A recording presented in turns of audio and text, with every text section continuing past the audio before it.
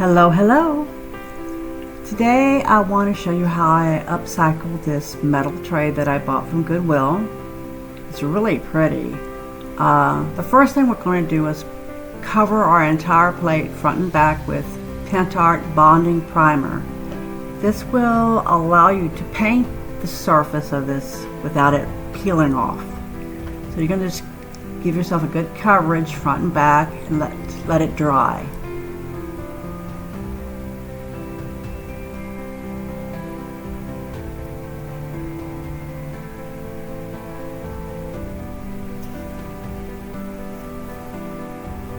And now when you start putting this on, this has got a raised design on the rim of the plate.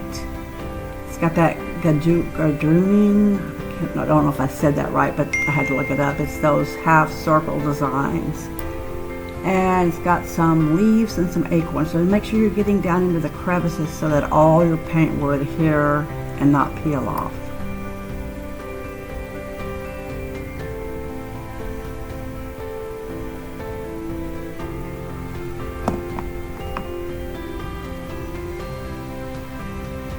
Again, make sure it dries really well. You can either let it sit there and dry, or you can use your heat gun, or a hair dryer works. Now I'm using a digital printout. I downloaded this digitally on my computer and then I printed it out on my computer. So it's going to be on computer paper and there's going to be ink on top of the paper. So it's a little different when you're using it than it would be, say for instance, rice paper. What I did is I took my finger and I creased around where I wanted that design cut. But instead of using scissors and making a straight edge, I'm going to be using a dry brush. I think sometimes you can buy what they call water pens, but a dry paint brush with dipped in water works just as well, and you probably already have that. Now it's going to take a little more water than it would if you were using rice paper because the paper is thicker. But just keep adding it and then use your finger to poke and make the tear. This will give you a really nice frayed edge all around your design.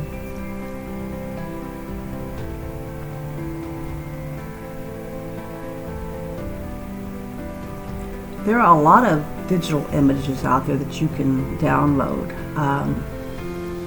Very easy to use to decoupage with. You just have to do one little extra step. I'll show you in a minute.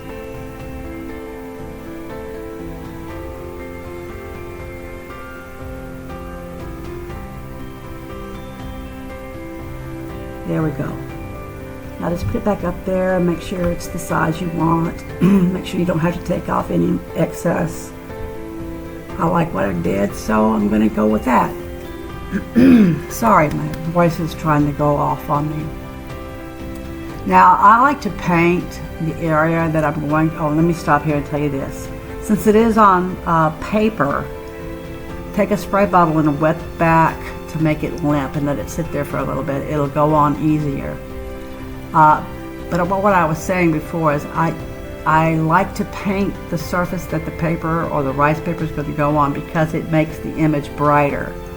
I might have been able to get away with not painting this because the bonding primer was white, but I wanted it to be a nice bright image, although I'm going to make it look old later. And while it's still wet, you have time to lift and tack that back down if you need to.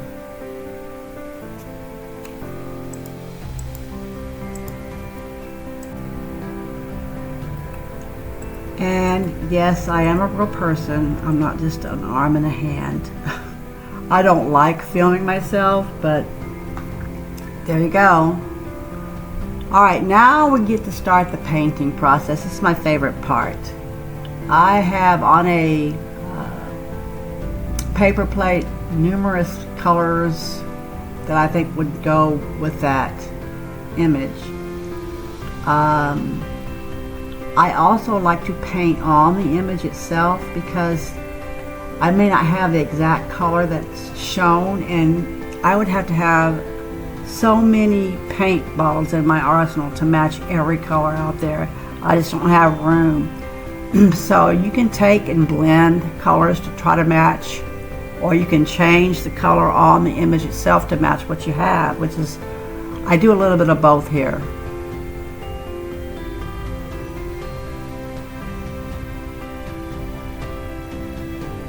Now I'm also I used a sponge brush to put that on before. I love those. They go on really nice and give it texture like a painting. But this tree area here, I'm trying to create leaves, so I'm just taking a small flat brush and dabbing it, hitting the surface of the plate, and it kind of looks like those leaves there. So you can use paint brushes, you can use your fingers, you can use sponges. My two favorite are the sponges and the flat paint brushes. And that is a dry brush. That paint brush is not wet. I'm just adding a little bit of paint to it and then taking some off. And you can see that I'm not changing my paintbrush at all. Even when I'm changing the colors, I just kind of rub out the paint that was there before and then start adding a new color.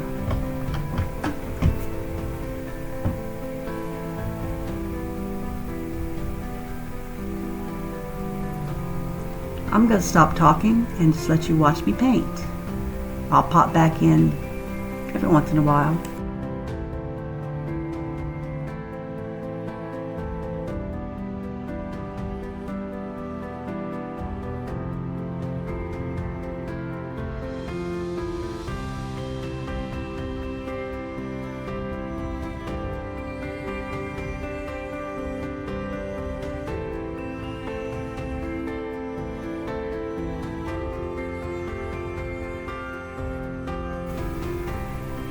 Okay, the reason I'm drying this section off here is because paint looks different when it's dry than it does when it's wet.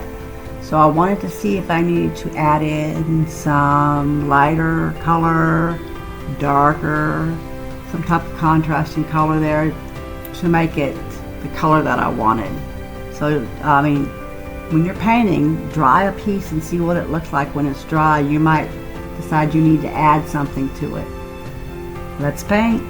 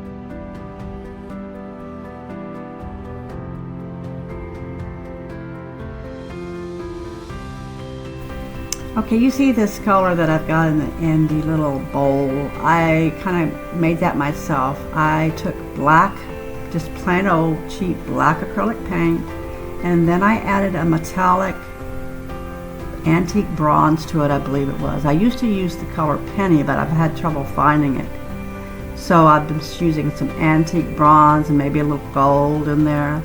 But I love this medieval bronze looking color. But you can also take your black paint and add metallic gold. You could add metallic pink gold, silver even. You could just make all different kinds of colors with that. I would, if I were you and I wanted to, I would play. I would play with using the black paint and then mixing different metallics in there and see what you come up with. You might be pleasantly surprised. Anyway, let's keep painting.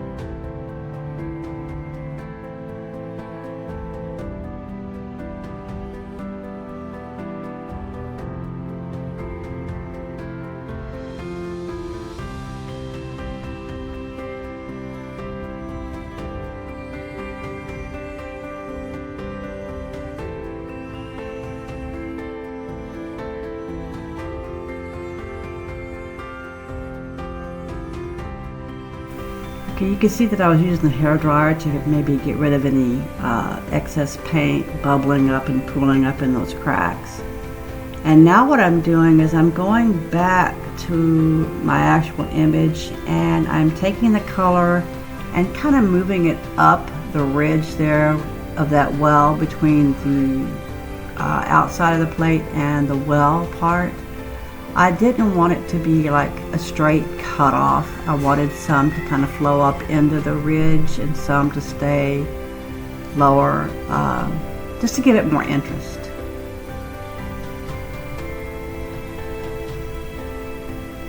So yeah, that's what I'm doing. Let's keep painting.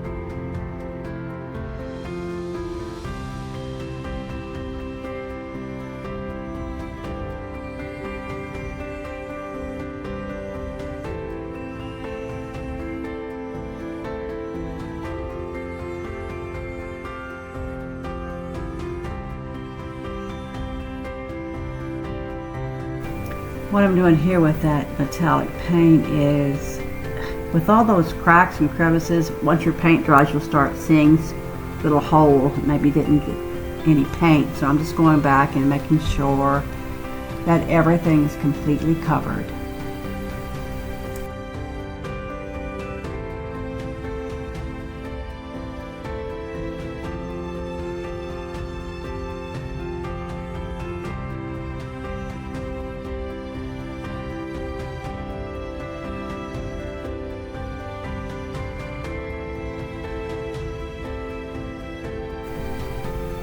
Okay, now we're going to start our fine line crackle process. It's a two-part process, super simple, but you do have to let it dry between each process. So I'm using Pentart fine line crackle. This is component number 1. It looks like Elmer's glue, but it will dry clear like Elmer's glue will. I'm sure it's not Elmer's glue. It's their products are really well made and I highly recommend them. So what you do is make sure that you cover your image evenly as best you can, but you want to make sure each part of the image is covered with this, or whatever you want to have crackle on it anyway, have this component 1 on it. Pick it up, take a look at it. You might see some areas that you might have missed. Now you can let this dry overnight, which is probably the preferred method, but I didn't want to make a video over 3 days, so I'm going to be drying it with my heat gun. You could also use an air dryer, not air dryer, but hair dryer, or maybe even a fan. Once it's completely dry, you see that it becomes clear. Then you can go on to step number 2. And I put way more on there than I needed, so I had to take some off with my brush. But I did want a nice thick coat of it because I think it makes the lines deeper. That's just my opinion. Somebody else might disagree. But you're going to let that dry if you want to overnight, or use your heat gun, air dryer, or fan to help it along. Now the inside is not quite dry because I did have a thick coat of it on there, but it's starting to crackle. So I decided to go ahead and work on the outside rim where all the raised design was. I'm using antique gold rub and buff. It's one of my favorite things to use. I mean, it just makes everything look so, just so much better. I love it. And it comes in different colors. You can get it at Hobby Lobby. Don't know if I've seen it at Walmart, but they may have it too. And I just use my fingers to rub it across the top of all that raised bits so that you can still see the bronze from underneath showing through. Now we'll take a small brush and go around where the ridge of the well there, just to get some pieces that I didn't want to smudge onto the actual image. You can see it's starting to crack. Now the longer you let it dry, the more crack you're going to get. So I think I went back with my hairdryer and made sure that I got those deep places that had that thick component number 2 really dry. Now once it's dry, oh, and let me tell you this. Once you have the Fine Line Crackle product on 1 and 2, you cannot use anything water-based on it after that. It has to be solvent-based. You will actually cry if you put something water-based on there because it will ruin your project. This is Pintart's antiquing gel. It's not antiquing gel. It's the paste. It's the antiquing paste in umber. I love it. It's got a really good vintage vibe to it. And you want to really rub it down into those cracks because you want to take that top layer off before you put any varnish on it, because you don't want that spreading around all over your picture. But sometimes I go back over it and just really get some definition into those cracks with that paste. See what it's doing there? And it's so pretty. I'm addicted to Fine Line Crackle. It reminds me of like 100-year-old vintage porcelain or something. It's just so pretty. And I am going to use this Pinart clear varnish in the matte. Now this dries really, really matte.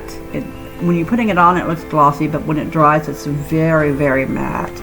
I just wanted it to look like it'd been in my grandmother's house for 100 years, and then I got it. But if you want it to have a shinier look, Pinart makes a solvent-based varnish glossy. So it's entirely up to you. I like the glossy. I use it most of the time, but every once in a while I like something to look really old. So that's why I'm using the matte here.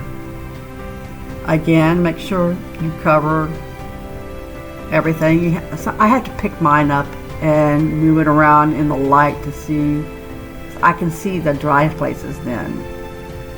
Maybe my old eyes, I don't know. But I'm also going to put it around the edge of the plate, the rim. I guess that's what you call that, right? The rim of the plate. Because I don't want that rub and buff to rub off. I want it protected and set in there with the paint. So with this varnish, this coat of varnish on that will keep it from rubbing off on your hands.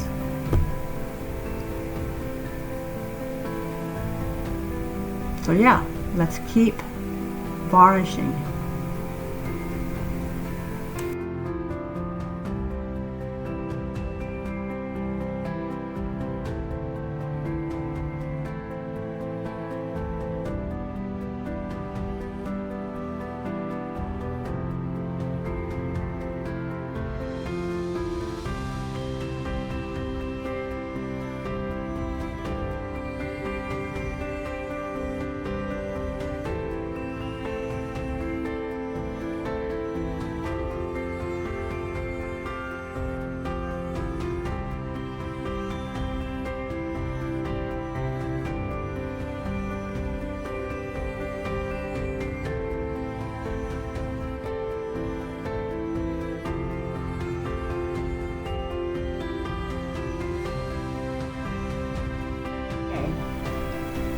we're all done with the varnish, and now I'm just going to take the solvent. I use Pentarts, and I'm going to clean my brush. You don't want to put water on it, but you use a solvent to clean, or solvent to get the varnish off. And you're just going to dip that brush in that solvent jar, or rub it around, and then clean it off with a soft towel. And there you have it. So pretty. And let me leave you with this. The Lord bless you and keep you. The Lord make his face shine on you and be gracious to you. The Lord turn his face toward you and give you peace. Numbers 6:24 through 26. God bless y'all. Bye.